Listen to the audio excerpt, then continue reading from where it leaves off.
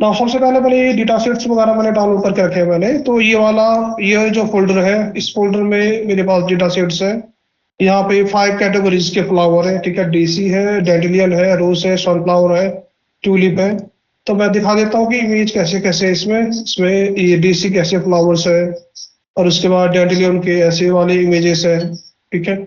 और ऐसे करके मेरे पास टोटल 5 क्लासेस है, जिनको मुझे प्रिडिक्शन करना है using the convolution neural network. Means I have to train my CNN model to recognize the pattern of the different categories of the flowers. और CNN का मॉडल जो भी पैटर्न लर्न करेगा, on the basis of the learn pattern it will give some prediction. और pattern कैसे learn करता है? By using the convoluted operation. जो भी डॉट प्रोडक्ट चलते हैं इमेज के ऊपर और उसके बाद कर्नल के ऊपर, जब डॉट प्रोडक्ट चलते हैं तो फीचर उठ के आते हैं, तो उसी फीचर को हम लोग बोलते हैं कन्वोल्यूटेड ऑपरेशन। जनरली हमारा CNN क्या करता है, ये पैटर्न वगैरह लर्न करता है, फीचर वगैरह लर्न करता है by using the convoluted operation, ठीक है। तो सबसे पहले इस डेटा सेट को डाउनलोड करना है आप लोग को, ठीक है। तो ये जितने भी हमारे कोडिंग है, हम लोग सारे कोडिंग वगैरह करेंगे गूगल कोलैब में। तो सबसे पहले हमें इंस्टॉल करने पड़ेंगे अपने गूगल ड्राइव में, ये गूगल कोलैब वगैरह इंस्टॉल करने पड़ेंगे।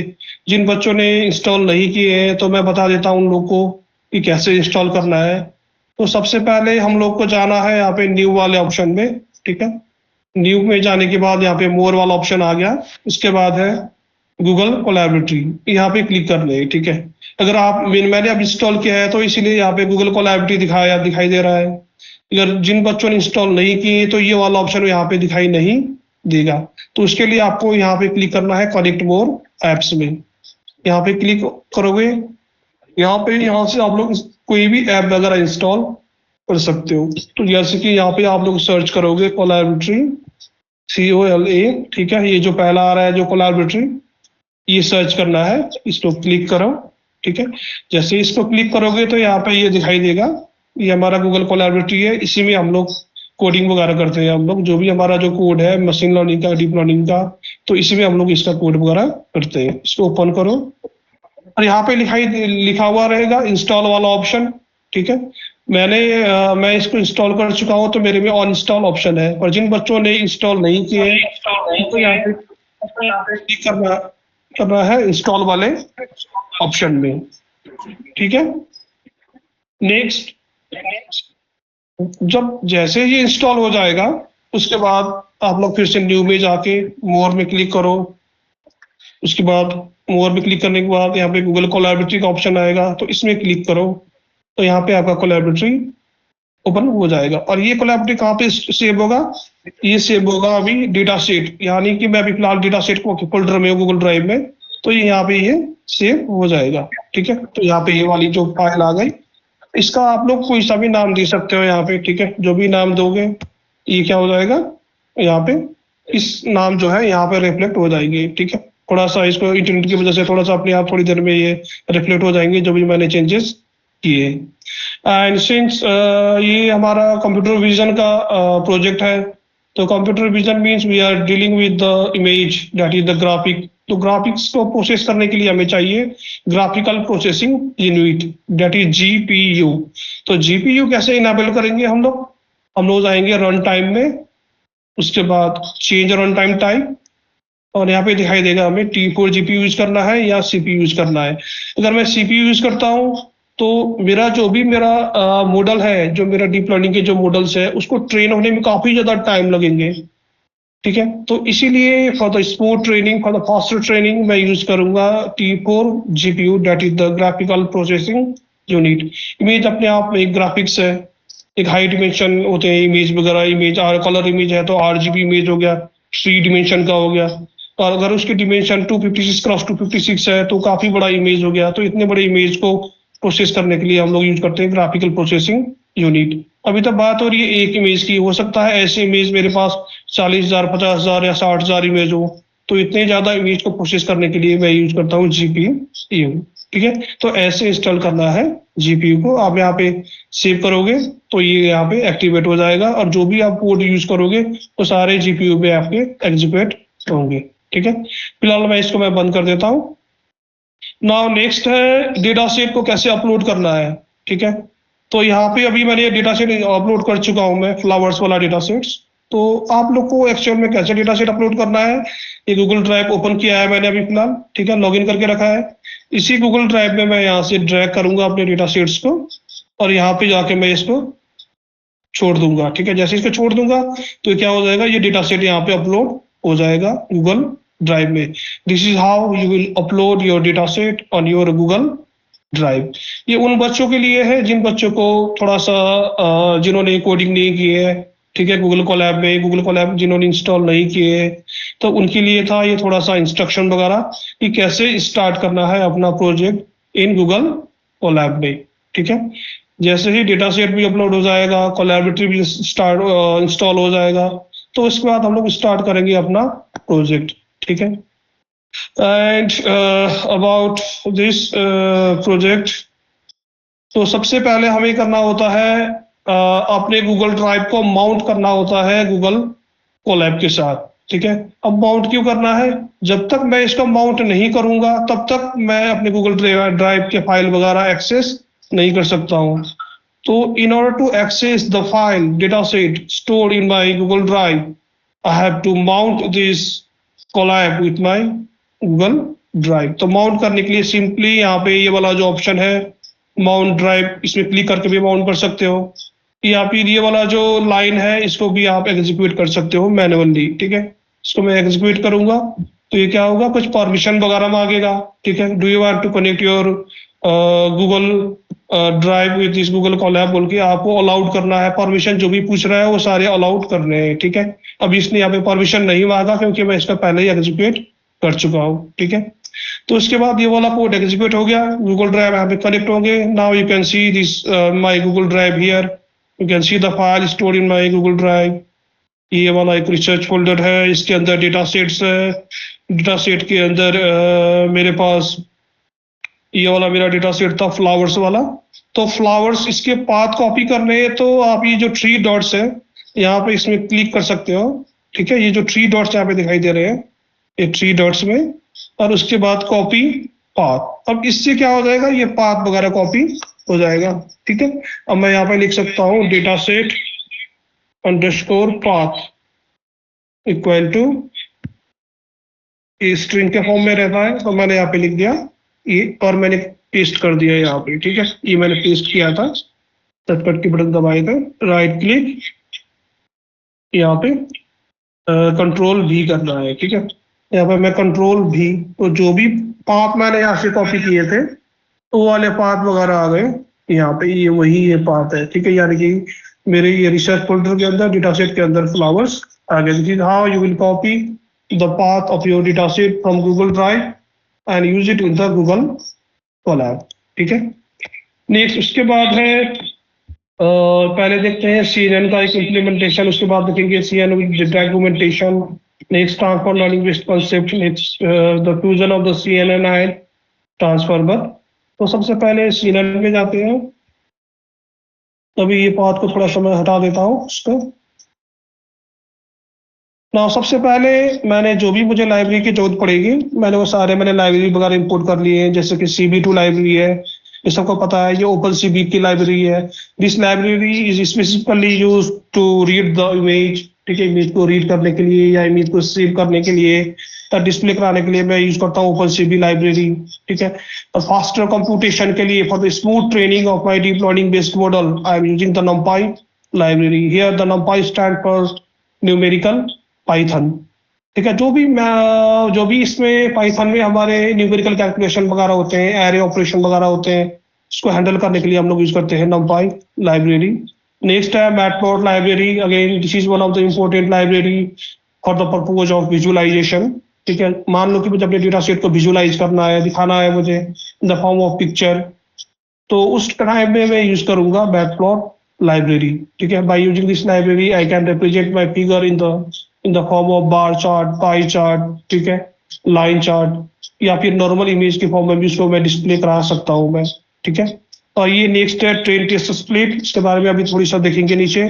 Generally this is used in order to split your data set into the training part and the testing part or to the validation part, ठीक है। ये सारे मैंने ये लेयर वगैरह मैंने इंपोर्ट कर दिए। ठीक है।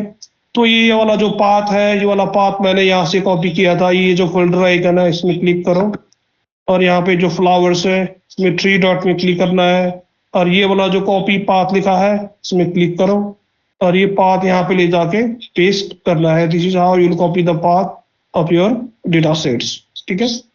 नाउ नेक्स्ट, मैंने यहाँ पे बता दिए जो भी मैं इमेज रीड करूंगा फॉर द एक्सपेरिमेंटल परपोज, मैं सबके डायमेंशन सेट कर रहा हूँ 128, यानी कि इमेज की डिमेंशन होनी चाहिए 128 क्रॉस 128, यानी कि height should be 128 and the breadth should be 128। ठीक है।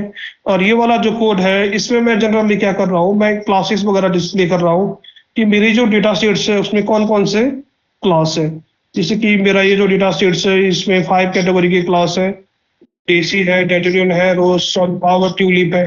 तो बस वही वाले क्लास मैं यहाँ पे डिस्प्ले कर रहा हूँ। एक हिसाब से जो भी फोल्डर है मेरे यहाँ पे, ठीक है, डेटा सेट के फोल्डर है, उसको मैं यहाँ पे डिस्प्ले कर रहा हूँ। These are the labels.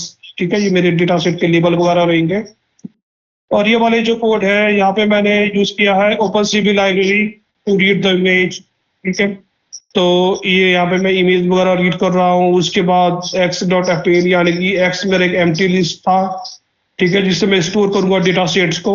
तो मैंने सारे इमेज इस लिस्ट के अंदर रख दिए। तो आई भी मेरा एक एम्प्टी लिस्ट था, यहाँ पे कोई कहीं पे बनाए होंगे मैंने, यहाँ पे या सीधा लिस्ट। और मैं यहाँ पे स्टोर कर रहा हूँ लेबल्स वगैरह, जो भी मेरे लेबल्स है। एंड नेक्स्ट ईयर मैं इसको कन्वर्ट कर रहा हूँ नमपाई के फॉर्म में for the smooth training of the model. ठीक है। तो इसको मैंने प्लो 32 में कन्वर्ट कर दिया और एरे के फॉर्म में, नमपाई के फॉर्म में कन्वर्ट कर दिया। और टोटल इमेजेस है मेरे पास अभी 4317। मैं अभी फिलहाल अभी जस्ट डिमोन्स्ट्रेशन के लिए मैं यूज कर रहा हूँ इतने इमेजेस। पर जनरली देखा जाए तो जो डीप लर्निंग के जो मॉडल्स होते हैं, they generally perform better when the size of the data set is extremely large. ठीक है। But if you have the small data set size, then you can go but if you have the small data set size, then you can go for the machine learning based concept, which generally performs better if the size of the data set is small। ठीक है। Next है ये जो भी मैंने data set वगैरह मैंने read किए हैं, यहाँ पे मैंने उसको क्या किया है, जो भी मेरे इमेजेस वगैरह मेरे रीड हो चुके हैं, तो एक बार इसको चला देता हूँ मैं ये सारे कोड को।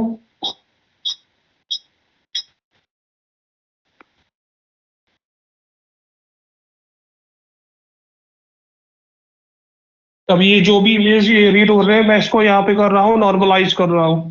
जनरली नॉर्मलाइज से क्या होता है कि जो पिक्सल की जो वैल्यू है,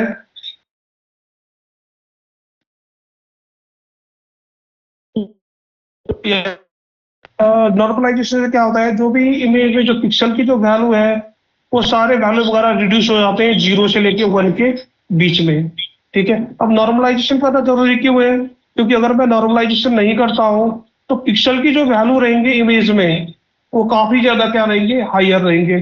तो maximum possible value of the pixel intensity is 255, यानी कि 0 से लेके 255 तक हो सकते हैं। ठीक है। यानी कि 1 हो सकता है, 130 हो सकता है, 150 हो सकते हैं, 240 हो सकते हैं, 236 हो सकते हैं, कुछ भी हो सकते हैं जो पिक्सल की जो वैल्यू है।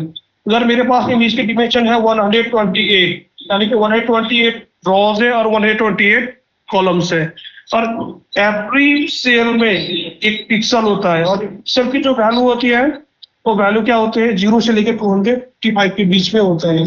तो इस हायर वैल्यू को अगर मैं डायरेक्टली डीप लर्निंग के मॉडल में पास करूंगा तो क्या हो जाएगा, कंप्यूटेशनल कॉस्ट वगैरह हमारा इंक्रीज हो जाता है, that is the processing time and the memory. तो इसीलिए ट्रेनिंग जो प्रोसेस है उसको फास्ट करने के लिए मैं क्या करता हूँ, इसको नॉर्मलाइज करता हूँ by dividing it with 255, because the maximum possible value of any pixel intensity is 255। जब 255 से डिवाइड करूंगा तो पिक्सल की जो वैल्यू है वो क्या हो जाते हैं, 0 और 1 के बीच में रिड्यूस हो जाते हैं। ठीक है। जैसे कि मैं यहाँ पे दिखा देता हूँ अभी X10, अगर मैं X10 वाला इमेज को मैं डिस्प्ले करता हूँ तो यहाँ पे देखो, आप देखोगे कि वैल्यू बहुत ज्यादा ज्यादा है। ठीक है। ये सारे ये इमेज है एक सारे। ठीक है। तो इससे बहुत ज्यादा हायर वैल्यू है। और अगर मैं इसको नॉर्मलाइज करता हूँ तो अब ये सारे वैल्यू क्या हो जाएंगे, 0 से लेके 1 के बीच में रिड्यूस हो जाएंगे। ठीक है, मैंने यहाँ पे इसको नॉर्मलाइज कर दिया और इस ये वाला जो 10th नंबर का जो इमेज है उसको मैंने डिस्प्ले किया था, 10 नंबर का इमेज है, तो इसका अगर मैं डिस्प्ले करूंगा तो ये जितने भी वैल्यू है वो सारे रिड्यूस हो जाएंगे 0 और 1 के बीच में। ये देखो नॉर्मलाइज करने के बाद वैल्यू क्या हो गए, काफी छोटे छोटे वैल्यू मुझे मिल गए, यानी कि वैल्यू मिल गए मुझे 1 से लेस। तो ये वाले जो स्मॉलर जो वैल्यू है वो जल्दी क्या हो जाएंगे, फास्ट कैलकुलेशन वगैरह हो जाएंगे। ठीक है, यानी कि हमारा जो डीप लर्निंग का मॉडल है वो क्या हो जाएगा, फास्ट ट्रेन हो जाएगा। तो इसीलिए हम लोग यूज करते हैं नॉर्मलाइजेशन प्रोसेस, जो भी हमारा नॉर्मलाइजेशन वाला पार्ट है। ठीक है, नेक्स्ट है ये वाला जो कोड है, यहाँ पे मैं जनरली मैं यूज कर रहा हूँ PLT, that is the matplot library. I have imported the matplot library from import matplotlib.py plot as PLT। तो ये PLT लाइब्रेरी से मैं जो भी मेरे इमेज वगैरह है मेरे डेटा सेट्स में उसको मैं डिस्प्ले कर रहा हूँ। ठीक है, मेरे डेटा सेट में है डेसी, ये कुछ इस तरह के दिखाई देते हैं, और डैंडेलियन कुछ इस तरह के दिखाई देते हैं, रोज कुछ इस तरह के दिखाई देते हैं। I am just displaying the images that are present inside my data set. ठीक है, नेक्स्ट है ये इंपॉर्टेंट लाइन है ट्रेन टेस्ट स्प्लिट। ठीक है, तो मैंने ट्रेन टेस्ट स्प्लिट मैंने यहाँ पे इंपोर्ट किया था स्टार्टिंग में, ये है फ्रॉम sklearn.model सिलेक्शन से ट्रेन टेस्ट स्प्लिट। तो मैं यहाँ पे वही ट्रेन टेस्ट स्प्लिट यूज कर रहा हूँ। ठीक है, और मेन चीज है कि मैं ट्रेन टेस्ट स्प्लिट क्यों यूज कर रहा हूँ, क्योंकि मेरे पास जो डेटा सेट था फ्लावर का उसके अंदर बस मेरे पास 5 ही फोल्डर है। ठीक है, यहाँ पे कोई भी ट्रेनिंग सैंपल नहीं है, टेस्टिंग सैंपल भी नहीं है। ठीक है, तो अब मुझे क्या चाहिए, अब इसी इमेज को मैं स्प्लिट कर रहा हूँ, इसी ये जो फ्लावर का जो डेटा सेट है इसको मैं स्प्लिट करूंगा ट्रेनिंग पार्ट में और कुछ टेस्टिंग पार्ट में। तो इसके लिए मैं यूज करता हूँ ट्रेन टेस्ट स्प्लिट। मैंने यहाँ पे ट्रेन टेस्ट स्प्लिट लिख दिया। ठीक है, उसके बाद मैंने यहाँ पे बता दिया कि किसको स्प्लिट करना है, जो ये एक्स वाला जो पार्ट है, जो डेटा सेट है जो मैंने रीड किए हैं, जो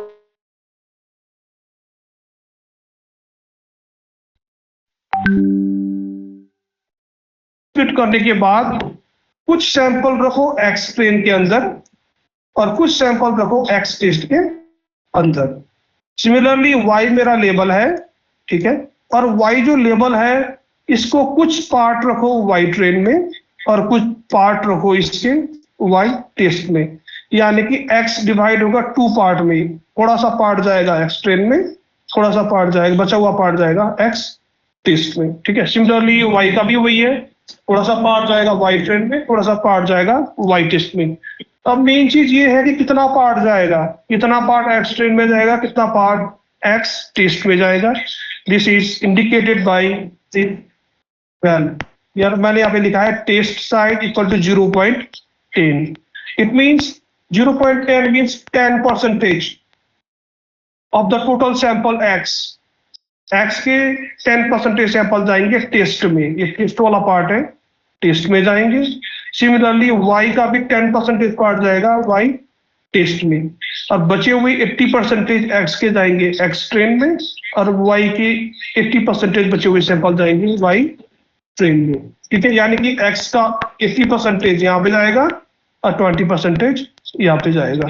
ठीक है, ये जरूरी नहीं है कि टेस्ट साइज 0.10 सेट करो, आप कितना भी सेट कर सकते हो, 0.3, 0.2। अगर आप 0.3 सेट करते हो तो 30% will be use for the testing and remaining 70% will be use for the training. ठीक है, ये पहला वाला पार्ट ट्रेनिंग का है, ये वाला टेस्टिंग का है। सिमिलरली वाई जो लेबल है ये वाला ट्रेनिंग में जाएगा, बचा हुआ पार्ट ये टेस्टिंग में जाएगा। ठीक है, तो यहां से मुझे क्या मिल गए, ट्रेनिंग सैंपल और टेस्टिंग सैंपल मुझे मिल गए। ये ट्रेनिंग सैंपल के लेबल है, ये टेस्टिंग सैंपल के लेबल है। नेक्स्ट चीज है रैंडम स्टेट इक्वल टू 42। और random state equal to 42 means मैं अपने इस कोड को एक हिसाब से फ्रीज कर रहा हूं मैं। ठीक है, यानी कि अगर मैं रैंडम स्टेट इक्वल टू 42 लिखता हूं, एक्स के जो भी सैंपल अभी घुसे हुए हैं इसमें एक्स ट्रेन में, हर बार वही सैंपल घुसेंगे एक्स ट्रेन में और वही सैंपल पास होंगे एक्स टेस्ट में। ठीक है। मैं चाहे इस कोड को जितनी बार भी रन करूं, चाहे 1 बार रन करूं, चाहे 10 बार रन करूं, चाहे 100 बार रन करूं, हर बार वही सैंपल पास होंगे एक्स ट्रेन में, वही सैंपल पास होंगे एक्स टेस्ट में। कैसे? Due to this 42 value, it means I am freezing my code. Due to this, the performance of my approach, of my method, of my technique will be always same, because the same sample are passing in the X train and the same sample are passing in the X trace. ठीक है। अगर मैं 42 के अलावा दूसरा value लिखता हूं तो उससे क्या होगा, हर बार अलग अलग सैंपल घुसेंगे एक्स ट्रेन में, एक्स ट्रेन में अलग सैंपल घुसेंगे, अगली बार एक्स टेस्ट में अलग सैंपल घुसेंगे। ठीक है। तो जितनी बार इसको रन करूंगा उतनी बार अलग अलग सैंपल पास होंगे और अलग अलग परफॉर्मेंस वगैरह आएंगे, एक्यूरेसी वगैरह अलग अलग आएंगे। तो ऐसा ना हो, चाहे मैं इस कोड को जितनी बार भी रन करूं सेम परफॉर्मेंस आए, इसके लिए मैं करता हूँ random state equal to 42 fix कर देता हूँ। ठीक है। नेक्स्ट है static i equal to Y, it means ये प्रोपोर्शन को ये सेट करता है। जैसे कि मेरा ये जो डेटा सेट है, मान लो कि 4000 इमेज में ये 10% सैंपल थे, ये 20 थे, ये 30 थे, ये 40 थे, ये 50 थे। तो स्ट्रैटिफाई से क्या होगा, यही पोर्शन मेंटेन होगा। स्प्लिटिंग के बाद भी ये 10% ही रहेगा, ये 20% रहेगा, ये 30 रहेगा, ये 40 रहेगा, ये 50 रहेगा, यानी कि सेम प्रोपोर्शन रहेगा। ठीक है। ऐसा नहीं होगा कि ये ज्यादा था पहले तो अभी थोड़ा कम हो गया और सनफ्लावर थोड़ा ज्यादा हो गया, ऐसा नहीं है। जो प्रोपोर्शन पहले थे वही चीज रिपीट होंगे। ठीक है। तो ये वाला कोड चलाने से यहाँ पे मिल गए टोटल 4000 सैंपल में से। अब ट्रेनिंग के पास ट्रेनिंग के लिए है मेरे पास 3885 इमेज और टेस्टिंग के लिए है 432 इमेज। ठीक है। यहां से तो मुझे मिल गए ट्रेनिंग के लिए सैंपल और टेस्टिंग के लिए सैंपल। ठीक है। पर अभी भी मुझे वैलिडेशन के लिए सैंपल नहीं मिले हैं। ठीक है। तो वैलिडेशन के लिए सैंपल में बाद में मैं जनरेट करूंगा। कहां से जनरेट करूंगा, इस वाले पार्ट से मैं जनरेट करूंगा वैलिडेशन के लिए सैंपल। ठीक है। नाउ नेक्स्ट पार्ट है मॉडल बिल्डिंग। तो यहाँ पे मॉडल बिल्डिंग में मैंने यहाँ पे कन्वोल्यूशन न्यूरल नेटवर्क यूज किया है। ठीक है। मैंने इमेज साइज जो भी मैंने आगे ऊपर स्पेसिफाई किए थे 128, वही वाली वैल्यू रीड कर रहा है ये 128 और 3 मीन्स मेरे अभी डेटा सेट में कलर इमेज है तो 3 represent the channel number, it means 3 है तो ये RGB इमेज है, कलरफुल इमेज है। अगर ये ब्लैक एंड व्हाइट इमेज होता, ग्रे स्केल के फॉर्म में होता तो मैं यहाँ पे लिखता वैल्यू 1। ठीक है। नेक्स्ट है ये कन्वोल्यूशन लेयर है। मैंने पहले फर्स्ट कन्वोल्यूशन लेयर बनाए, मैंने यहाँ पे स्पेसिफाई किए 32 फीचर्स, यानी कि जब इमेज इस लेयर से पास होगा तो वो क्या करेगा, वो इस इमेज से उठाएगा 32 फीचर्स। और ये क्या है 3x3 कर्नल। ये 3x3 कर्नल क्या होगा, स्लाइड करेगा किसके ऊपर, ये वाले इमेज के ऊपर जो भी यहाँ पे पास हो रहे हैं।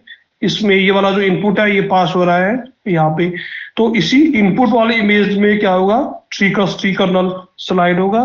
जो भी कॉन्वोल्यूटेड ऑपरेशन चलेंगे उससे फीचर वगैरह उठेंगे, एक्सट्रैक्ट होंगे और फीचर सेव होंगे एक्स वाले वेरिएबल में। ठीक है। तो यहाँ पे मैंने एक्टिवेशन फंक्शन यूज किया है, मैंने रेलो। ठीक है। रेलो एक्टिवेशन फंक्शन का काम ये होता है कि it helps in learning the non linearity, यानी कि कॉम्प्लेक्स रिलेशनशिप लर्न करने के लिए हमें हेल्प करता है रेलो एक्टिवेशन फंक्शन। मान लो कि अगर मेरे फीचर मैप में ठीक है कुछ वैल्यू वगैरह नेगेटिव वैल्यू है तो नेगेटिव वैल्यू को 0 कर देता है और जो पॉजिटिव वैल्यू है उसको पॉजिटिव ही रहने देता है ये एक्टिवेशन फंक्शन। नेक्स्ट है padding equal to same. Padding equal to same means इससे क्या हो जाता है कि ये जो इमेज है, जो इमेज मैंने रीड किया है उसके बाउंड्री में क्या हो जाता है, कुछ एक्स्ट्रा वैल्यू वगैरह ऐड हो जाते हैं। इसलिए ऐड होते हैं क्योंकि जो भी इमेज मैंने यहाँ पे इनपुट मैंने डाला है, ठीक है, इनपुट में मैंने रखा है 128 क्रॉस 128, तो अगर मैं पैडिंग इक्वल टू सेम करता हूँ तो मेरा आउटपुट में भी 128 क्रॉस 128 डिमेंशन का इमेज ही आएगा। अगर मैं पैडिंग सेम के बदले में पैडिंग वैलिड कर देता हूँ तो क्या हो जाएंगे, जो इमेज के जो बॉर्डर वाले जो पार्ट है, जो कॉर्नर वाले जो पार्ट है वो थोड़े से लॉस हो जाएंगे। ठीक है, वो वाले वैल्यू। तो ये कॉर्नर वाले वैल्यू को प्रिजर्व करने के लिए तो मैं यहाँ पे यूज करता हूँ पैडिंग इक्वल टू सी। जिस वजह से क्या होता है, जब इमेज कन्वोल्यूशन लेयर से पास होता है, इनपुट जो गया था और आउटपुट जो आया है, उसके डिमेंशन क्या रहते हैं, एग्जैक्टली सेम रहते हैं। जैसे कि यहाँ पे 128 क्रॉस 128 गया है, तो आउटपुट भी आएगा 128 क्रॉस 128 ही आएगा। ठीक है। तो नेक्स्ट था मैक्स पूलिंग लेयर। ये सबको पता ही है, max pooling layer is generally use to reduce the dimension of the incoming image. जो भी इमेज यहाँ पे आ रहा है, जैसे कि अभी इस लेयर में पास हो रहा है, ये एक्स वाला इमेज, ये एक्स मुझे कहाँ से मिला है, यहाँ से मिला है मुझे। ठीक है। तो ये जो इमेज क्या होगा, मैक्स पूलिंग लेयर में पास होगा। अब मैक्स पूलिंग का काम क्या होता है, in order to it helps to reduce the dimension of the image. ठीक है। तो मैं यहाँ पे इस लेयर में क्या होगा, इमेज की जो डिमेंशन है वो रिड्यूस्ड बाई हाफ हो जाएगी। ठीक है। तो अगर मैंने 128 क्रॉस 128 पास किया था, तो 128 का आधा हो जाता है 64 क्रॉस 64। तो यहाँ पे मुझे इनपुट मिलेंगे, यहाँ पे मुझे आउटपुट मिलेगा 64 क्रॉस 32, यानी कि 32 फीचर इसने उठाए हैं 128 क्रॉस 128 से। ठीक है। अगेन जो भी ये आउटपुट है, ये पास होगा नेक्स्ट लेयर में, और नेक्स्ट लेयर मेरा पिकअप करेगा 64 फीचर्स वगैरह एक्सट्रैक्ट करेगा, जो भी इमेज 64 इमेजेस फीचर्स वगैरह थे। तो जैसे कि कॉर्नर, बाउंड्री वगैरह, ठीक है, एजेस वगैरह जो भी है, जो भी कॉम्प्लेक्स फीचर्स है, वो सारे एक्सट्रैक्ट करेगा मेरा ये वाला लेयर, यानी कि 64 फीचर वगैरह एक्सट्रैक्ट करेगा। ठीक है। जो अर्ली लेयर्स होते हैं, या अर्ली लेयर्स के काम होते हैं कि सिंपल सिंपल फीचर वगैरह एक्सट्रैक्ट करना। डीप लर्निंग में हम लोग जितने डीप लेयर्स बनाते हैं, जितने ज्यादा लेयर्स रखेंगे, जैसे कि इस कन्वोल्यूशन लेयर को मैंने यहाँ पे कॉपी किया और मैंने यहाँ पे फिर से पेस्ट कर दिया और बहुत सारे लेयर बना दिए, तो जितने ज्यादा लेयर होंगे उतने ही ज्यादा ये क्या करेगा, कॉम्प्लेक्स फीचर वगैरह क्या करेगा, एक्सट्रैक्ट करेगा मेरे डेटा सेट से। ठीक है। यानी कि मेरे जो भी इमेज जो भी फ्लो हो रही है कन्वोल्यूशन न्यूरल नेटवर्क से। ठीक है। तो ये चीज है कि हम लोग इसमें डीप लर्निंग में generally we use the deep convolutions layer so that we can extract the more complex feature from the data sets, so that the machine, so that the model generalization and the discriminative capability will enhance, अच्छे से prediction दें। तो इसके लिए हम लोग deep convolution neural network वगैरह use करते हैं। ठीक है। उसके बाद नेक्स्ट है, ये जो भी आउटपुट दे रहे हैं, ये ग्लोबल एवरेज पूलिंग से ये 1D में कन्वर्ट हो जाएगा वैल्यू वगैरह। यहाँ पे मैंने लास्ट में नेक्स्ट है मेरा डेंस लेयर, मैंने 128 टेबल सेट किए हैं। नेक्स्ट है ड्रॉप आउट मैंने 0.3 रखा है। 0.3 means total out of 100%, 30% of the neurons will be deactivated, यानी कि 0.3 का मतलब है कि 30% जो न्यूरॉन्स है वो ड्रॉप हो जाएंगे, वो डीएक्टिवेट हो जाएंगे। They will not take part in learning something from the feature map. So only 70% of the neurons will take part in learning, and rest 30% of the neurons will be dropped. It means they will be deactivated. They will not take part in the learning. Generally हम लोग drop out इसलिए use करते हैं in order to avoid the overfitting problems. तो उसके लिए हम लोग ये drop out layer वगैरह यूज करते हैं। ठीक है। नेक्स्ट है dense layer। ये वाला जो लेयर है, ये लास्ट का जो लेयर है, ये हमारा क्या है, एक क्लासिफायर है। ठीक है। तो ये क्लासिफायर का काम होता है क्लासिफिकेशन करना, कि ये वाला जो डेटा जो फ्लो हो रहा है, ये कौन सा कैटेगरी का है, कैटेगरी ए, कैटेगरी बी और कैटेगरी सी। मैंने यहाँ पे स्पेसिफाई किए हैं 5 मीन्स मेरे क्लासिफायर में 5 न्यूरॉन्स रखे हुए हैं। तो 5 न्यूरॉन्स क्या करेंगे, 5 अलग अलग क्लासिफिकेशन देंगे। मैंने 5 क्यों रखा है, क्योंकि मेरे डेटा सेट्स में 5 कैटेगरीज के फ्लावर है, तो मुझे इन कोई भी फ्लावर को मुझे क्लासिफाई करना है इनमें से किसी भी एक कैटेगरी में। तो इसके लिए मैं यहाँ पे सेट करता हूँ 5। अगर मेरे पास 10 कैटेगरी के फ्लावर होते तो मैं यहाँ पे 10 सेट करता। ठीक है। It means this is your classifier and it will classify your data into the number of the classes. कितने क्लास में कैटेगराइज करेगा, यहाँ पे ये वाला न्यूरॉन स्पेसिफाई करेगा। ठीक है। And since this is the multi classification, हम लोग यहाँ पे मल्टीपल क्लासिफिकेशन कर रहे हैं, तो इसलिए मैं यहाँ पे एक्टिवेशन फंक्शन देता हूँ, जो भी मेरा मल्टी क्लासिफिकेशन के लिए यूज होता है। Generally for the multi classification we use the softmax activation function. अगर ये बाइनरी होता तो मैं यहाँ पे 1 लिखता। 1 मीन्स आइदर ट्रू और फॉल्स, यानी कि ब्रेन ट्यूमर है या नहीं है। तो ऐसे क्लासिफिकेशन को बोलते हैं बाइनरी क्लासिफिकेशन। और मैं यहाँ पे लिख देता सिग्मोइड। ठीक है। और सिंस मुझे क्लासिफाई करने हैं 5 अलग अलग कैटेगरी के फ्लावर में, तो ये मल्टी क्लासिफिकेशन हो गया। तो मैं यहाँ पे सिग्मोइड को हटा के मैं सब मैक्स लिख देता हूँ और यहाँ पे 5 लिख देता हूँ, ठीक है। और उसके बाद मैंने क्या किया, मॉडल यहाँ पे मैंने बना दिया, बिल्ड कर दिया। मॉडल में क्या होने चाहिए, इनपुट वाले पार्ट होने चाहिए, जो भी ये इनपुट है ये वाले चीज। और इसका मॉडल का आउटपुट में क्या आने चाहिए, ये वाला जो लास्ट का जो लेयर है क्लासीफायर है, ये यहाँ पे आने चाहिए, ठीक है। और उसके बाद मैंने इस मॉडल की समरी मैंने जनरेट कर दी। तो इसमें ये दिखाई दे दिया कि कौन कौन से लेयर मैंने इसमें रखे हुए हैं और ये इमेज वगैरह कैसे फ्लो हो रहा है।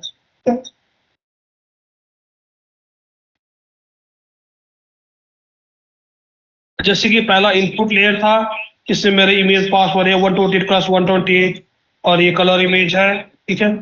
जब नेक्स्ट कन्वोल्यूशन लेयर में पास हुआ, अभी भी वही चीज है 128 cross 128 cross 32, it means 32 features has been extracted from this image. पर जब ये मैक्स पूलिंग से पास होगा, तो मैक्स पूलिंग क्या कर देगा, इसके साइज को रिड्यूस कर देगा हाफ से, ठीक है। जैसे कि 128 है, 128 का आधा होता है 64, तो 64 क्रॉस 64 का इमेज बन गया। पहले इमेज था मेरे पास 128 क्रॉस 128, अब है मेरा जो फीचर मैप बोलते हैं इसको, ये हो गया 64 क्रॉस 64। अगेन सिमिलरली इस यहाँ पे आया तो अगेन साइज रिड्यूस हो गया 32 क्रॉस 32, तो यहाँ पे 64 फीचर थे तो 64 फीचर आ गया। अगेन नेक्स्ट मैक्स पुलिंग से पास हुआ तो अगेन 32 से फिर से रिड्यूस हो गया 16 क्रॉस 16 में, ठीक है। और यहाँ पे आ गया ये जो हमारा क्लासिफायर है 5 न्यूरॉन्स 5 कैटेगरी में क्लासिफाई करेगा। और ये मॉडल के टोटल पैरामीटर्स है 100 इकाई से मतलब लाख 1,10,000 पैरामीटर्स का है, ठीक है। ज्यादा हैवी वेट नहीं है, ये काफी लाइट वेट मॉडल्स है, ठीक है। तो 1,10,000 पैरामीटर में से सारे के सारे पैरामीटर मेरे क्या है, ट्रेनेबल है। Means all the parameter are will be use for the training. और नॉन ट्रेनेबल पैरामीटर जीरो है, यानी कि ऐसे पैरामीटर जो ट्रेन नहीं होंगे वो क्या है, जीरो है। इट मींस सारे के सारे पैरामीटर ही मेरे ट्रेन हो रहे हैं, यानी कि जो भी मैंने मॉडल बनाए हैं ये सारे के सारे क्या होंगे, ट्रेन होंगे यूजिंग द डेटा सेट से, ठीक है। नेक्स्ट यहाँ पे उसके बाद जो भी मैंने मॉडल बनाया था इसको मैंने कंपाइल कर दिया, ठीक है। यानी कि पूरा सबको मैंने जोड़ के मैंने रख दिया। और मैंने यहाँ पे ऑप्टिमाइजर लिया है एडम। एडम क्यों लिया है, क्योंकि जनरली और most of the task the Adam optimizer performs better in comparison to the other optimizer, ठीक है। तो मैंने यहाँ पे एडम ऑप्टिमाइजर लिया है। उसके बाद लर्निंग रेट ली है मैंने, इसका डिफॉल्ट लर्निंग रेट है 0.001, यानी कि कितनी लर्न रेट में इसको लर्न करना है, ठीक है। अगर मैं 0.1 लिखता हूँ तो बहुत ही जल्दी जल्दी मेरा मॉडल क्या करेगा, पैटर्न वगैरह लर्न करेगा इमेज से। अगर ये वैल्यू में थोड़ा सा मैं डिक्रीज कर देता हूँ तो क्या होगा, मेरा मॉडल क्या करेगा, पैटर्न बहुत लेट लेट लेट से क्या करेगा, लर्न करेगा फ्रॉम माई डेटा सेट्स। पर फिलहाल सबसे ऑप्टिमल वैल्यू रहती है इसकी ये डिफॉल्ट वैल्यू जो 0.001 है, तो मैं फिलहाल अभी यहाँ पे ये वाला यूज करता हूँ। नेक्स्ट है loss function. Generally loss function मैंने यहाँ पे यूज की है स्पार्स कैटेगोरिकल क्रॉस एंट्रोपी। तो ये क्या है, एक मल्टी क्लासिफिकेशन लॉस फंक्शन है। लॉस फंक्शन का काम क्या होता है कि ये मेजर करता है लॉस वैल्यू, ठीक है। जैसे कि जब डेटा सेट डेटा वगैरह पास होते हैं मॉडल में, तो उस टाइम में मॉडल हमारा कुछ ना कुछ वैल्यू प्रिडिक्ट करता है, ठीक है। जो भी वैल्यू प्रिडिक्ट हुए हैं वो प्रिडिक्टेड वैल्यू किसके साथ कंपेयर होते हैं, ओरिजिनल ग्राउंड ट्रूथ के साथ, यानी कि जो ओरिजिनल लेवल है उसके साथ करते हैं कि हमारे मॉडल ने कितना सही प्रिडिक्ट किया है और कितना गलत प्रिडिक्ट किया है। अगर बहुत ही सही प्रिडिक्ट किया है, करेक्ट प्रिडिक्ट किया है, तो लॉस के वैल्यू कम रहेंगे। अगर गलत प्रिडिक्ट किया है हमारे मॉडल ने तो लॉस के वैल्यू ज्यादा होंगे, ठीक है। तो अब क्या होता है, on the basis of this loss value the weights of the model will be adjusted and optimized by using the optimizer Adam से, ठीक है। हमारा मेन गोल है लॉस की वैल्यू को डिक्रीज करना, रिड्यूस करना। जितना कम होगा इट मींस हमारा मॉडल का जो प्रिडिक्शन है, जो एक्यूरेसी है वो क्या है, सबसे ज्यादा हो रहा है, ठीक है। लॉस वैल्यू कम मींस हमारा मॉडल करेक्ट प्रिडिक्ट कर रहा है, लॉस की वैल्यू ज्यादा मींस हमारा मॉडल गलत प्रिडिक्ट कर रहा है, ठीक है। And on the basis of this loss value the weight of the model will be back propagated, and the weight of the model will be adjusted and optimized by the optimizer Adam using this learning rate। ठीक है, matrix का मतलब है जब ये train होगा तो मुझे ये वाली चीज एक्यूरेसी वाले जो पार्ट है वो मुझे दिखाने हैं, जैसे कि यहाँ पे दिखाई दे रहा है। ठीक है, तो सबसे पहले अब मैंने यहाँ पे मॉडल तो कंपाइल तो कर दिया, अब इस मॉडल को मैं ट्रेन करूंगा यूजिंग द फिट फंक्शन से। ठीक है, तो इस फिट फंक्शन से फिर मैंने पास किया है एक्स ट्रेन, जो मेरा ट्रेनिंग पार्ट था, इसी का कॉरेस्पॉन्डिंग लेवल मैंने पार्ट कर दिया। अब यहाँ पे ये वाली जो चीज है यहाँ पे लिखी है वैलिडेशन स्प्लिट इक्वल टू 0.1। मैंने पहले ही बताया था ऊपर, ट्रेन टेस्ट स्प्लिट में हम लोग अभी डेटा सेट को स्प्लिट कर रहे हैं दो भाग में, ओनली ट्रेनिंग पार्ट और एंड टेस्टिंग पार्ट में, पर वैलिडेशन के लिए हम लोग स्प्लिट नहीं कर रहे थे।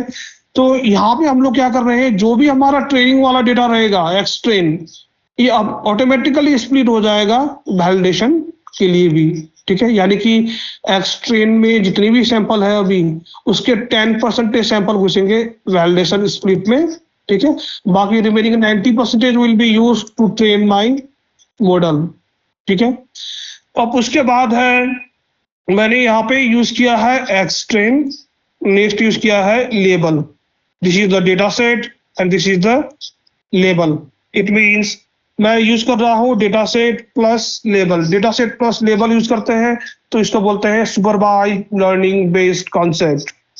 सुपरवाइज्ड लर्निंग का मतलब क्या होता है, it is the type of the learning in which we use the data set as well as the corresponding label. मैं यहाँ पे डेटा सेट भी यूज कर रहा हूँ, लेबल भी यूज कर रहा हूँ, तो ये क्या है, सुपरवाइज्ड लर्निंग है। अगर मैं यहाँ पे लेबल यूज नहीं करता हूँ तो ये हो जाता है अनसुपरवाइज्ड लर्निंग। अनसुपरवाइज्ड लर्निंग क्या होता है, it is the learning in which we use unlabeled data. It means we do not use any label, we just use only the data set। तो ऐसे वाले अगर मैंने इस हिसाब से इस स्ट्रेटेजी से मॉडल को ट्रेन करता हूँ तो इसको बोलते हैं अनसुपरवाइज्ड डीप लर्निंग मेथड। ठीक है, अगर मैं यहाँ पे लेबल को भी यूज करता हूँ तो इसको बोलते हैं my deep learning model has been trained by using the supervised concept. ठीक है, तो मैंने यहाँ पे इपोक्स की वैल्यू ले दी है मैंने 30। इट मींस 30 बार तक मैं इसको 30 लूप तक मैं अपने डेटा को पास करूंगा मॉडल में। जितने भी मेरे डेटा सेट है सारे डेटा सेट पास होंगे अपने मॉडल में कितनी बार, 30 बार। पहले एक बार पास करूंगा, फिर दूसरी बार पास करूंगा सारे डेटा सेट्स को, फिर अगली बार सारे डेटा सेट पास करूंगा मॉडल में, फिर अगली बार फिर से सारे डेटा सेट पास करूंगा मॉडल में। ये सारी चीज रिपीट होंगे 30 बार तक। ठीक है, नेक्स्ट है batch size equal to 32। Batch size equal to 32 means मेरे पास जो सैंपल है वो सैंपल कैसे पास होंगे, मेरे पास सैंपल थे 4000 के आसपास। ठीक है, तो ये सैंपल कैसे पास होंगे, 32 32 32 करके पास होंगे, क्योंकि मैंने बैच साइज लिखा है 32। यानी कि एक बार में 32 इमेज, अगली बार में फिर से 32 इमेज, अगली बार में फिर से 32 इमेज, जब तक 3800 इमेज खत्म नहीं हो जाते तब तक 32 के कलेक्शन में इमेज पास होंगे मॉडल में। जब सारे 3800 इमेज पास हो जाएंगे मॉडल में तब मेरा कंप्लीट होगा इपोक्स 1। फिर अगेन आएगा सेकंड इपोक्स। अब सेकंड फर्स्ट इपोक्स कंप्लीट होने के बाद क्या होगा, लॉस वैल्यू कैलकुलेट होंगे, and on the base of the loss value the weight of the model will be adjusted, और एडजस्ट होने के बाद सेकंड इपोक्स स्टार्ट होगा। अगेन सेकंड इपोक्स में मैं सारे डेटा सेट को पास करूंगा मॉडल में, पर कौन से स्ट्रेटेजी के साथ पास करूंगा, bye using the concept 32 32 32। It means मैं पहले 32 इमेज पास करूंगा, फिर उसके बाद फिर से 32 पास करूंगा, फिर से अगली बार 32 पास करूंगा। ठीक है, जब तक 3800 इमेज कंप्लीट नहीं हो जाते। ठीक है, तो ऐसे ये क्या होता है, हमारा मॉडल वगैरह ट्रेन होता है।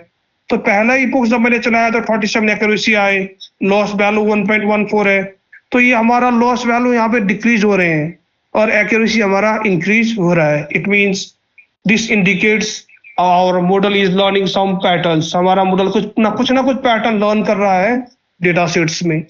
ठीक है, तो हमेशा जब भी आप लोग मॉडल ट्रेन करते हो तो दो चीजों की ध्यान रखना है, लॉस की वैल्यू डिक्रीज होने चाहिए और एक्यूरेसी की वैल्यू इंक्रीज होनी चाहिए, जो यहाँ पे हो रहा है। ठीक है, जैसे कि ये 30 इपोक्स चला तो 78% एक्यूरेसी आई और लॉस आया 59%। अब यहाँ पे 30 इपोक्स में सिर्फ इतना एक्यूरेसी क्यों आया, क्योंकि मेरे पास बहुत ही कम डेटा सेट है। मैंने स्टार्टिंग में बताया था कि मेरे पास सिर्फ 4000 इमेजेस है, जिन चार में से भी मैंने फिर से उसको स्प्लिट किया था ट्रेनिंग और टेस्टिंग में, और मेरे डेटा सेट कम हो गए। अगेन मैंने फिर से उसी सैंपल को फिर से स्प्लिट किया वैलिडेशन के लिए भी, और सैंपल कम हो गए। तो जनरली डीप लर्निंग के जो मॉडल होते हैं, they only perform better if we have extremely very large data set। तो इस वजह से यहाँ पे एक्यूरेसी ज्यादा नहीं आई है। अगर आप लोग डेटा सेट की साइज इंक्रीज कर देते हो तो एक्यूरेसी वगैरह अच्छे आएंगे। And again you can also use the different tuning of the hyper parameters. Hyper parameter को भी ट्यून कर सकते हो, जैसे कि ये जो फिल्टर साइज इसको बढ़ा सकते हो आप लोग, ठीक है। जैसे कि मैंने यहाँ पे यूज किया है 32 फीचर्स उठाना है, इसको 32 नहीं, चलो 60 पर उठा देते हैं एक ही बार में। यहाँ पे इसको 128 कर देते हैं, और यहाँ से उठाते हैं 256 फीचर्स, ज्यादा फीचर्स। इससे क्या हो जाएंगे, मॉडल में थोड़ा सा लोड पड़ेगा, थोड़ा सा प्रेशर पड़ेगा, पर कोई बात नहीं। अगर आपके पास ज्यादा रैम है, ज्यादा जीपीयू है, पावरफुल जीपीयू है, तो आप इसको इंक्रीज कर सकते हो, ठीक है। जितना ज्यादा इंक्रीज करोगे उतना ज्यादा एक्यूरेसी वगैरह आपको मिलेंगे, ठीक है। मैंने यहाँ पे इसको इंक्रीज कर दिया 512 में, तो आप ये इंक्रीज कर सकते हो। सिमिलरली आप एक्यूरेसी बढ़ाने के लिए और ये वाले जो कन्वोल्यूशन लेयर है इसको भी और डीप कर सकते हो। एक और ऐड कर दिया मैंने, चलो एक और ऐड कर दिया मैंने, ठीक है। तो ये चीज स्ट्रैटेजी वगैरह आप यूज कर सकते हो, ठीक है। तो नेक्स्ट है, इमेज की डिमेंशन को भी इंक्रीज कर सकते हो। ये जो नंबर ऑफ द सैंपल्स है इसको भी इंक्रीज कर सकते हो bye using the data augmentation concept, अगर आपके पास कम इमेज है तो, ठीक है। ये सारे स्ट्रैटेजी है जिससे आप लोग क्या कर सकते हो, अपने डेटा सेट्स को, अपने मॉडल को ट्यूनिंग कर सकते हो, यानी कि अपने मॉडल को मॉडिफाई कर सकते हो in order to achieve the better accuracy, ठीक है। उसके बाद जैसे ये मॉडल ट्रेन हो गया, मैंने जब मेरा मॉडल ट्रेन हो रहा था तो मैंने सारे जो भी हिस्ट्री वगैरह थे मैंने सेव करके रखे ये वाले वेरिएबल में, और इसी वेरिएबल से मैं प्रिंट कर रहा हूँ मेरे एक्यूरेसी वाले पार्ट और लॉस वाले पार्ट को, ठीक है। तो मैंने यहाँ पे बना दिया फिगर साइज होनी चाहिए 12,5, यानी कि इसकी जो लेंथ है 12 इंच और 5 इंच होनी चाहिए। 12 इंच मीन्स दिस वाला पार्ट, ये पूरे जो लेंथ है ये 12 इंच होनी चाहिए, और ये वाले पूरा पार्ट जो है 5 इंच होने चाहिए, ठीक है। तो नेक्स्ट है यहाँ पे ये वाला जो सब प्लॉट जो है 1 to 1 एंड 1 to 2, तो इसका मतलब है मैं यहाँ मुझे चाहिए 1 का मतलब है एक रोज, एक ही रोज होने चाहिए। यहाँ पे अभी फिलहाल एक ही रो है, ठीक है, एक रो।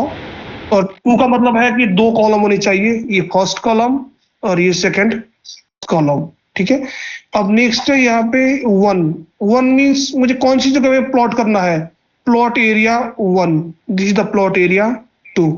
Here this 1 represents the number of the Ross, कितने रॉस चाहिए मुझे, एक ही रॉस चाहिए तो एक है। अब 2 का मतलब क्या है, मुझे कितने कॉलम होने चाहिए मेरे इसमें, 2 कॉलम, तो ये 1 कॉलम, ये सेकंड कॉलम हो गया, ठीक है। अब ये वाली वैल्यू का मतलब क्या है, 1 मीन्स फर्स्ट प्लॉट में प्लॉट करो इस वाले चीज को, this is the first plot and this is the second plot, this is the second plot. तो ये यहाँ पे क्या हो गए, जो भी मैंने ट्रेनिंग एक्यूरेसी वगैरह थे और ये वैलिडेशन लॉस, ट्रेनिंग लॉस थे, जो भी थे, ये मैंने यहाँ पे प्लॉट कर दिए, ठीक है। जब ये प्लॉट होते हैं तो हमेशा ये ग्राफ ट्रेनिंग एक्यूरेसी और वैलिडेशन एक्यूरेसी अपवर्ड की तरफ होने चाहिए, और जो लॉस वाले जो चीज है ये नीचे रिड्यूस की तरफ होने चाहिए, ठीक है। बाकी जैसे मॉडल ट्रेन हो गया, बाकी मैंने अपने जो मेरे पास जो भी टेस्ट डेटा सैंपल थे वो सैंपल मैंने यूज करने के बाद इसको टेस्ट किया, इवेलुएट किया, ठीक है। यानी कि ये वाला जो मॉडल मेरा ट्रेन हो चुका है, प्री ट्रेन मॉडल है, तो मैंने इसके सैंपल से मैंने इसको टेस्ट किया, और एक्यूरेसी आ रही है अभी फिलहाल 78% एक्यूरेसी, ठीक है। बाकी ये वाले जो कोड्स है ये क्लासिफिकेशन रिपोर्ट्स वगैरह जनरेट करने के लिए है, ये कंफ्यूजन मैट्रिक्स वगैरह जनरेट करने के लिए। अब ये कंफ्यूजन मैट्रिक्स सबसे इंपॉर्टेंट वाला पार्ट होता है इसमें। तो generally this confusion matrix indicates the generalization capability of your model, कि आपका मॉडल का परफॉर्मेंस कैसा है, कितने अच्छे से वो प्रिडिक्ट कर पा रहा है कि हाँ नहीं कर पा रहा है, ये बताता है हमारा कंफ्यूजन मैट्रिक्स, ठीक है। जैसे कि ये वाला जो चीज है यहाँ पे है डेसी वाले फ्लावर है, तो यहाँ पे भी डेसी है। टोटल 58 सैंपल जो डेसी के थे, माउस का काम करना बंद हो गया मेरा, ये जो डेसी के जो 52 सैंपल्स है, ये 52 सैंपल्स एक्यूरेटली प्रिंट टू रखें, ये भी देसी है तो ये भी देसी है, तो एक्यूरेटली प्रिंट टू रखें। पर ये लावें जो है, ये एक्चुअल में ये थे देसी के फ्लावर थे, पर मॉडल को लग रहा है कि ये देसी के फ्लावर नहीं है, 11 सैंपल्स ये है डैंडेलियन है। तो ये मिस क्लासिफिकेशन हो गया है, मॉडल थोड़ा कंफ्यूज हो गया है। सिमिलरली ये वाले जो सैंपल है ये भी डीसी के हैं, ये वाली डीसी के हैं। तो इस मॉडल को लग रहा है ये जो सीवन सैंपल्स है ये एक्चुअल में ये डीसी नहीं है, ये है रोस है। ठीक है। नेक्स्ट है 4 सैंपल्स, ये एक्चुअल में डीसी के सैंपल्स है। तो इसको मॉडल को लग रहा है ये जो 4 सैंपल्स है ये थोड़े से सनफ्लावर के सैंपल्स है। तो ये थोड़ा सा यहाँ पे कंक्लूजन मैट्रिक्स से हमें पता चलता है कि हमारा मॉडल का परफॉर्मेंस कैसा है, मतलब सही है या नहीं है। जैसे कि अब ये वाले इस वाले को देखते हैं तो जनरली ये रोस वाले का लाइन है। ठीक है। तो रोस वाला ये भी रोस हो गया, एग्जैक्टली मैचिंग हो रहे, 52 सैंपल का एक प्रिडिक्शन है। पर जो 18 सैंपल जो रोस थे, मॉडल को लग रहा है कि ये रोस नहीं है, ये क्या है, ट्यूलिप है। तो थोड़ा मिसक्लासिफिकेशन हो गए। पर इस वाले केस में कोई भी कंफ्यूजन नहीं है, जो इसमें जो रोज वाले फ्लावर थे एग्जैक्टली इसने मतलब सही वो किया है। तो यहाँ पे इसको कोई नहीं लग रहा है कि ये सनफ्लावर है बोल को, इसको कंफ्यूजन नहीं हो रहा है सनफ्लावर वाले पार्ट से। ठीक है। बाकी ये इसके जो आप चाहो तो प्रिंट कर सकते हो, इसके जो भी आपके रिजल्ट्स वगैरह है। ठीक है, मतलब है ट्रू लेवल सनफ्लावर था, प्रिडिक्शन भी सनफ्लावर हुआ है, ये देसी ट्रू लेवल था तो इसका प्रिडिक्शन भी ट्यूलिप हुआ है। तो ये थोड़ा सा मिस क्लासिफिकेशन हो गया है यहाँ पे। ठीक है। बाकी जो रेस्ट ऑफ द प्रिडिक्शन है वो थोड़े से सही है। ठीक है। तो चाहो तो आप लोग वही अपने प्रोजेक्ट में ये चीज वगैरह थोड़ा सा डिस्प्ले करा सकते हो। ठीक है। नाउ नेक्स्ट है data documentation using the CNN। तो अभी तक मैंने बिल्कुल सब कुछ पाइपलाइन वगैरह बिल्कुल सेम ही रहेंगे, सब कुछ सेम रहेगा स्टार्टिंग से के लास्ट तक। बस यहाँ पे थोड़ा सा डिफरेंस है, वो है डेटा डॉक्यूमेंटेशन वाले पार्ट में। तो मैंने यहाँ पे थोड़ा सा डेटा डॉक्यूमेंटेशन बच्चों को इसलिए दिखाया है कि डेटा डॉक्यूमेंटेशन जनरली मतलब करना क्यों है डेटा। ठीक है। जैसे मान लो कि आपके पास सैंपल है 5000 सैंपल्स है या 4000 सैंपल्स है। तो अगर आप लोग को अपने सैंपल को इंक्रीज करना है, quantity, I am talking about the quantity not the quality. अगर आपको क्वांटिटी इंक्रीज करना है, 4000 इमेज से 40,000 इमेज बनाने हैं, या 4000 इमेज को आपको 20,000 इमेज बनाने हैं, तो उस टाइम में मैं यूज करता हूँ data documentation concept. Generally the data documentation concept is used to increase the size of your samples. ठीक है। तो उसके लिए आप लोग क्या कर सकते हो, या तो इमेज को आप चाहो तो रोटेट कर सकते हो। अगर रोटेट करोगे तो एक नया इमेज बन गया। ठीक है। प्लस पॉइंट पे रोटेट करते हो तो एक नया इमेज बन गया, नेगेटिव एंगल में रोटेट करते हो तो नेक्स्ट इमेज बन गया। जूम इन करोगे तो एक और नया इमेज आ गया, जूम आउट नेक्स्ट इमेज आ गया, हॉरिजॉन्टल फ्लिप एक और नया इमेज आ गया। तो इस तरह से आप लोग मतलब उसको अलग अलग यूज करके इमेज को वो कर सकते हो, उसका जो साइज है उसको इंक्रीज कर सकते हो। ठीक है। तो ये था आपका डेटा डॉक्यूमेंटेशन वाले पार्ट। ठीक है। तो यहाँ पे मैंने यूज किया है डेटा डॉक्यूमेंटेशन। तो इसमें मैं यहाँ पे कर रहा हूँ सबसे पहले रीस्केल यानी कि नॉर्मलाइजेशन कर रहा हूँ। जो भी मेरे सैंपल वगैरह है मैं उसके डिवाइड कर रहा हूँ 255 से, ताकि वैल्यू वगैरह 0 और 1 के बीच में रिड्यूस हो जाए, और जब मॉडल में पास करूंगा तो फास्ट ट्रेन वगैरह हो जाए। ठीक है। अब रोटेशन रेंज मैंने यहाँ पे पिक किया है 20, यानी कि इट मीन्स जो मेरा इमेज है हो सकता है वो +20 डिग्री में रोटेट होगा या फिर -20 में रोटेट होगा। ठीक है। तो कोई सा भी हो सकता है।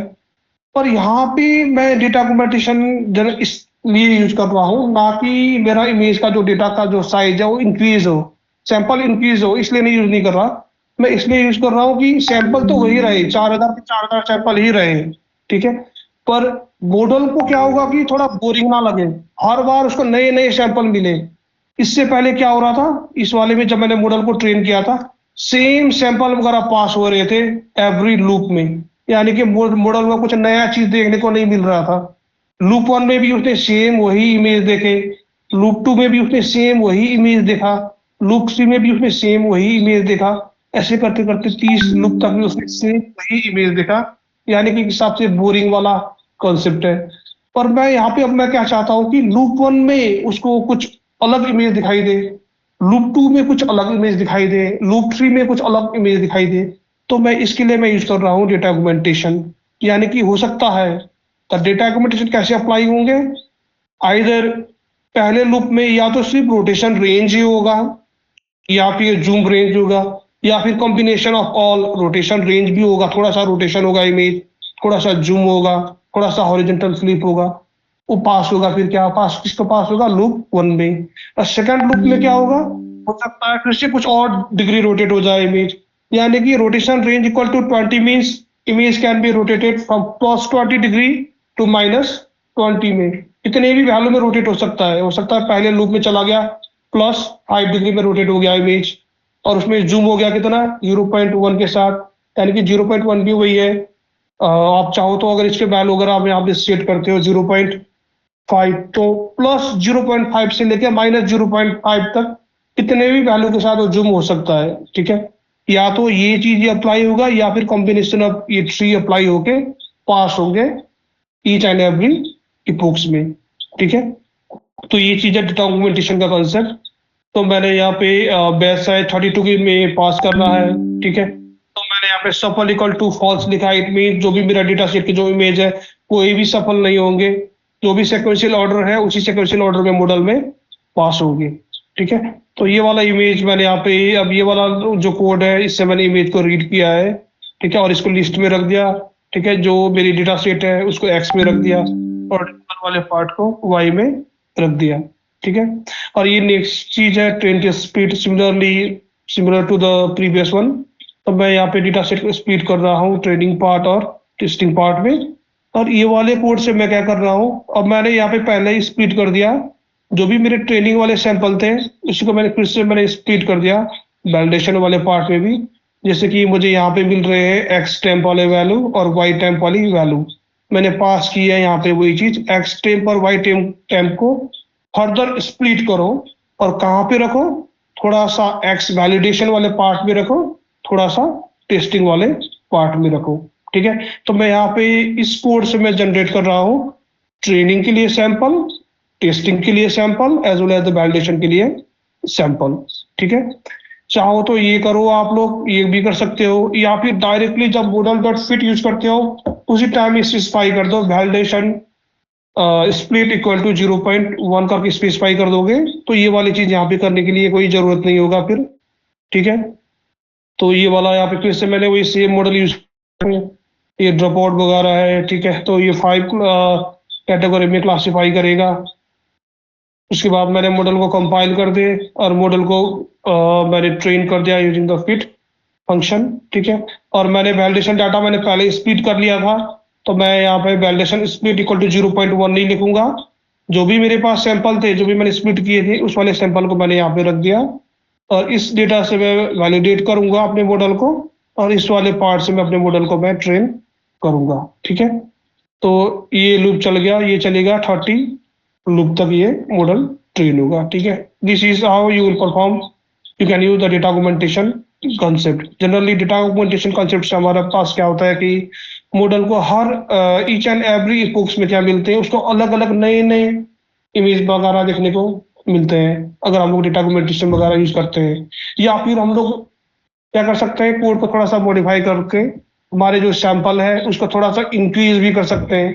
10,000 इमेज है तो 50,000 इमेज बना दो, जूमिंग करो, रोटेशन करो, हॉरिजॉन्टल फ्लिप करो, ब्राइटनेस इंक्रीज करो, ब्राइटनेस डिक्रीज करो, मतलब ये सारी स्ट्रेटजी वगैरह यूज करके according to our need we can do anything with the data set and with the data augmentation concepts, ठीक है। तो ये इसके रिजल्ट वगैरह है, कंफ्यूजन मैट्रिक्स वगैरह है, बाकी सब कुछ सेम है, सारे कोड सेम है, बस मैंने यहाँ पे डेटा ऑगमेंटेशन वाले पार्ट मैंने रखे हैं, ठीक है। अब इसके बाद आता है एक ये वाला मॉडल ट्रांसफर्ड लर्निंग। ज्यादातर ट्रांसफर्ड लर्निंग के मॉडल वगैरह आजकल यूज होते हैं।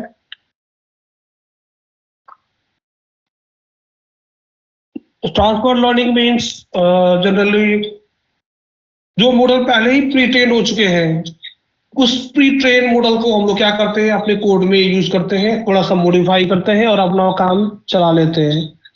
पर इससे पहले अगर आप लोग कोड देखोगे तो उसमें हम लोगों ने स्क्रैच से बनाए थे कन्वोल्यूशन न्यूरल नेटवर्क, और जो भी मॉडल हम लोगों ने बनाए थे तो स्क्रैच से बनाए हुए मॉडल में हम लोगों ने पास किए थे अपने डेटा सेट वगैरह। पर ट्रांसफर लर्निंग में ऐसा कुछ नहीं होता है, हम लोग कोई भी चीज स्क्रैच से नहीं बनाते, जो पहले से बनी बना हुआ मॉडल है, ठीक है, जो मॉडल पहले ही बिलियंस ऑफ इमेजेस में ट्रेन हो चुके हैं, जिनको पता है कि फीचर